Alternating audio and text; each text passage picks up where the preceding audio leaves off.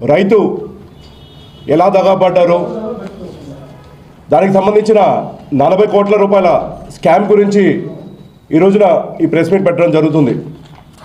అయితే మనందరికీ కూడా తెలుసు, కేంద్రము ధాన్యం కొనుగోలు రాష్ట్ర ప్రభుత్వాన్ని మిడిల్ మ్యాన్గా పెట్టి కేంద్రము ధాన్యం కొనుగోలు చేస్తుంది.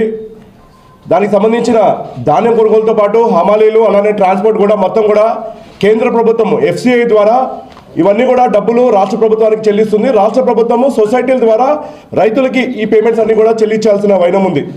అయితే జగన్మోహన్ రెడ్డి గారు ఆచరణలోకి వచ్చేసరికి రైతు ప్రభుత్వము, నేను రైతులకి ఎప్పుడు కూడా అండగా ఉంటాము, రైతులకి మేము చేసిన మేలు ఎవరు కూడా చేయలేదని చెప్పిన జగన్మోహన్ రెడ్డి గారు వాస్తవానికి అవన్నీ కూడా ఎక్కడ కూడా జరగట్లేదు.